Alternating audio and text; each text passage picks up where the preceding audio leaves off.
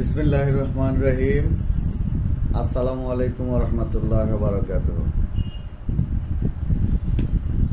আজকে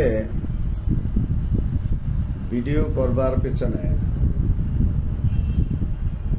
একটা ভিন্ন রকম উদ্দেশ্য এবং কিছু কষ্ট নিয়ে কিছু কথা বলতে চাই। আমরা যখন বাংলাদেশে অর্থ সংকটে পড়ি তখন আমরা আশা করি যে প্রবাসী ভাই বোনেরা ওখানে না খেয়ে টাকা কামাই করে আমাদের কাছে পাঠাবে আর আমরা খাবো। আমাদের দেশে যারা সরকারি চাকরি করে আমরা প্রায়শই দেখে থাকি যে সরকারি কর্মকর্তা সংসদ সদস্য সহ সংসদে বিল পাস হইতো। কিছুদিন আগে দেখলাম সচিব পর্যায়ের সম্ভবত 7 জনকে আইফোন কিনে দিতে হবে কথা বলবার জন্য।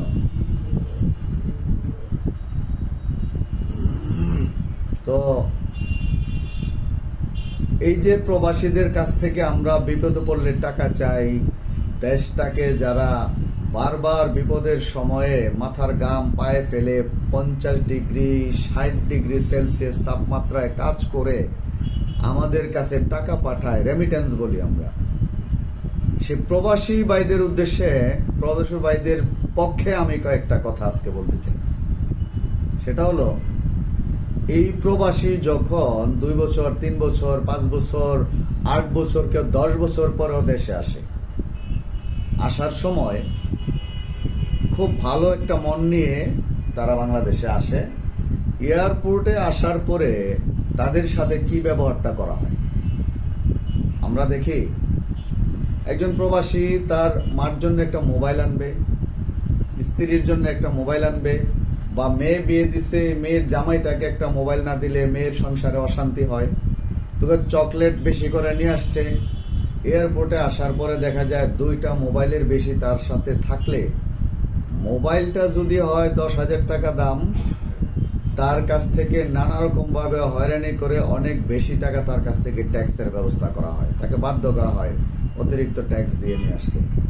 আবার দেখা গেল যে 2 কেজি মাল একটু বেশি হয়ে গেছে, তার কাছ থেকে একটা বড় মাপের একটা ট্যাক্স ধরা হয়। ঠিক আছে, নিয়ম মতো ট্যাক্স ধরবেন, অসুবিধা নেই, কিন্তু বাচ্চাদের জন্য যে চকলেট আনলো, সেই চকলেটটা কেন এয়ারপোর্টের লাগেজ কেটে রেখে দিতে হলো? এই চোরগুলির জন্য সরকার আদৌ কি কোনো ব্যবস্থা নেবে? সরকারের অনেক উন্নয়ন, এয়ারপোর্টের অনেক পরিবর্তন, কিন্তু লাগেজ কাটার পরিবর্তন কি বন্ধ হবে? এটা পরিবর্তন হবে? দেখেন, খারাপ লাগে। দেখলাম এয়ারপোর্টে এক দরবেশ বাবার আমরা সেখানে অবস্থান আছে, দেখলাম বড় এক দরবেশ বাবা, উনি সব কিছু চেক করেন, সবার ইমান আখলাক আমল ব্যাগ লাগেজ সব চেক করেন। একজন প্রবাসী বাংলাদেশ থেকে যাবে, তার মা তাকে কিছু খাবার রেডি করে দিছে, তার বিবি বাচ্চারা তাকে কিছু খাবার দিছে, কিছু পিঠা দিছে, কিছু আচার দিছে, হয়তো একটা কবুতরের বাচ্চা ফ্রাই করে দিছে, নিয়ে যাবে। আমরা দেখি এয়ারপোর্টে যাওয়ার পর এয়ারপোর্টের এই দরবেশগুলি কি করে, ওই লাগেজ খুলে এই খাবারগুলো রেখে দেয়। আপনি দেখবেন এই দরবেশ এই গত কয়েকদিন আগে একজন প্রবাসীর মা তাকে কিছু খাবার দিয়ে দিছে রান্না করে, বিদেশে যে খাবে, দরবেশ ওইটা খুলে রেখে দিল। আচ্ছা, ওই অবৈধ, আপনি রেখে দিবেন, তার পরিবার আছে, তার আত্মীয় স্বজন আছে, এয়ারপোর্টে বাইরে অপেক্ষা করতেছে, তাদের কাছে দিয়ে দিবে। কিন্তু দরবেশ সাহেব আপনি সেটা খুলে খাওয়া শুরু করলেন, আমরা মিডিয়াতে দেখতেছি, এবং হাসতেছেন, আপনি প্রাউড ফিল করতেছেন যে আপনার জন্য বেহেস থেকে মান্না সালো আসছে আর আপনি খাইতেছেন। বিন্দু মাত্র লজ্জা শরম বলতে কি আপনাদের মতো এই শিক্ষিত মানুষগুলোর আছে? একটা প্রবাসীর জন্য সামান্য খাবার তার পরিবার দিছে, আপনারা এয়ারপোর্টে সেটা অবৈধ বলে রেখে দিয়ে এয়ারপোর্টে খেতে হবে কেন? একজন প্রবাসীর ন্যূনতম সম্মান এই রাষ্ট্র অতীতেও দিতে পারে নাই, বর্তমান সরকারও নিশ্চিত করতে পারতেছে না। ধিক্কার জানাই এই প্রশাসনের এই দুরবস্থাকে, এই দুর্বলতাকে। একজন প্রবাসীকে সম্মান দিতে হবে। এয়ারপোর্ট থেকে যখন সে বিদেশে যাবে তাকে ফুলের শুভেচ্ছা দিয়ে বিদায় দিতে হবে। একজন প্রবাসী যখন বাংলাদেশে আসবে, প্রবাসীদেরকে পায়ের দিকে তাকায় তাকে সম্মান করতে হবে, পায়ের দিকে তাকায় সালাম দিতে হবে, আসসালামু আলাইকুম প্রবাসী বাবা, আপনারা রেমিটেন্স দিয়ে আমাদেরকে বাঁচায় রাখছেন। সেই সম্মানটুকু এই সরকার যদি দিতে না পারে, আমি বলবো এই সরকারের যারা প্রবাসীদের কল্যাণে দায়িত্বে আছেন, এয়ারপোর্টে দায়িত্বে আছেন, আপনারা ব্যর্থতার দায়ে দায়িত্ব ছেড়ে দিন। সৎ মানুষ অনেক আছে বেকার, এদেশে ব্যবসা করবে, চাকরি করবে, বহুত সৎ মানুষ আছে। আপনারা দয়া করে প্রবাসীদের জন্য একটু সম্মানটুকু দিন, তাদের ন্যায্য অধিকারটুকু দিন। বিশ্বের অনেক দেশ প্রবাসীরা যখন দেশে ফিরে এয়ারপোর্টে তাকে লাল গালিচার সংবর্ধনা দেয়, ফুলের শুভেচ্ছা দেয়। আমরা বলতে চাই, আমিও একজন প্রবাসী, আমিও দীর্ঘ সময় প্রবাসে ছিলাম। বাংলাদেশে আসার পরে এয়ারপোর্টের সেই নির্লজ্জ, অসভ্য, ছোট লোক পরিবারের এই ছেলেপেলেগুলি বড় অফিসার হয়ে মানুষকে যেভাবে হয়রানি করে, মনে হয় যেন জীবনে তারা চকলেট খায় না। লাগেজ কাটা বন্ধ হয় না কেন? এত সিসি ক্যামেরা থাকতে চোর ধরতে পারেন না কেন? আমি সরকার বাহাদুরকে বলতে চাই, মাননীয় প্রধান উপদেষ্টা, আপনাকে সবসময় সম্মান করি।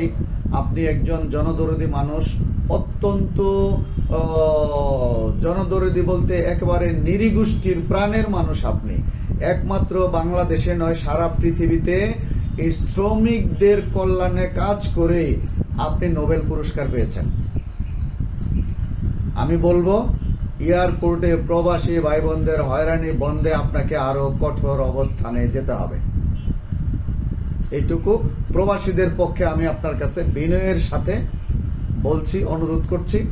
প্লিজ প্রবাসীদের হয়রানি বন্ধ করুন এবং প্রবাসীদেরকে সম্মান দেওয়ার জন্য মাননীয় প্রধান উপদেষ্টা আপনি যত রকম পদক্ষেপ নিতে হয় দ্রুত নেবেন এবং প্রবাসীদেরকে এনশিওর করবেন আসার সময়ে যেন তাদেরকে হয়রানি করা না হয়, লাগেজ কাটা যেন বন্ধ হয় এবং যাওয়ার সময়ে যেন তারা সামান্য খাবার দাবার নিয়ে যায়।